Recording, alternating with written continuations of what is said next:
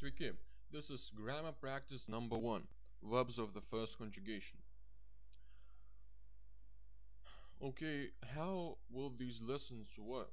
I'll give you a verb and I'll fully conjugate it. You see the verb conjugated, and I've colored the endings of that noun. So watch the learn Lithuanian grammar lesson, Lithuanian grammar lesson number 1 about present tense. Watch that lesson and you'll notice what's here. So here are the basic verb forms. Gyventi, gyvena, gyveno. I'll read the sentences without reading the translations. Aš gyvenu Lietuvoje. Aš gyvenu Lietuvoje. Ar tu gyveni Amerikoje? Ar tu gyveni Amerikoje? Jonas gyvena Vilniuje. Jonas gyvena Vilniuje. Mes gyvename gerai. Mes gyvename gerai. Kur jūs gyvenate? Kur jūs gyvenate?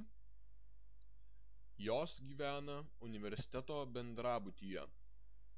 Jos gyvena universiteto bendrabutyje. Jos gyvena universiteto bendrabutyje. Notice that where do you live? It's plural. Okay. Kalbėti, kalba, kalbėjo. To speak. To speak, speaks, spoke. Okay. Aš nekalbu lietuviškai. Aš nekalbu lietuviškai. Ar tu kalbi angliškai? I'm sorry. Ar tu kalbi angliškai? Ar tu kalbi angliškai? Okay. Andrius kalba lėtai. Andrius kalba lėtai. Mes kalbame gražiai. Mes kalbame gražiai. Jūs kalbate labai greitai.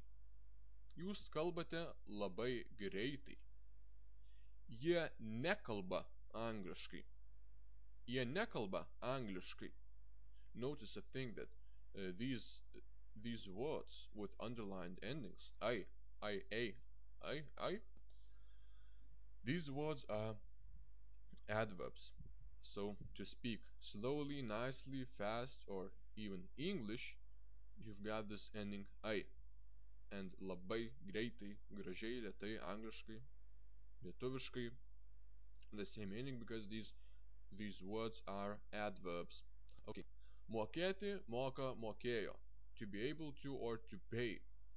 Now, to be able to, English doesn't have a similar verb.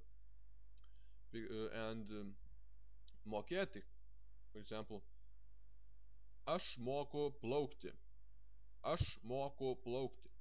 Mokėti verb is used when something requires learning. For example, chess requires learning to play, or swimming requires learning to do it, and so on. Swimming, playing chess, or cooking cakes, and so on. These things require some skills. So whenever you've got some skills, you are able to do something, you can use the verb mokėti. Mokėti, moka, mokėjo. Okay, aš moku plaukti. Ar tu moki plaukti? Ar tu moki plaukti? Tomas moka žaisti šaškėmis. Tomas moka žaisti šaškėmis. Mes mokame žaisti krepšinį. Mes mokame žaisti krepšinį. Ar jūs mokate žaisti šachmatais? Ar jūs mokate žaisti šachmatais? Jos moka pinigus. Jos moka pinigus. You see that those bold endings, ti, plaukti, žaisti, are the infinitives of verbs. Plaukti to swim, žaisti to play, as in this mokėti, to be able to. These are verbs infinitives. Ačiū už klausimą. Thank you for listening.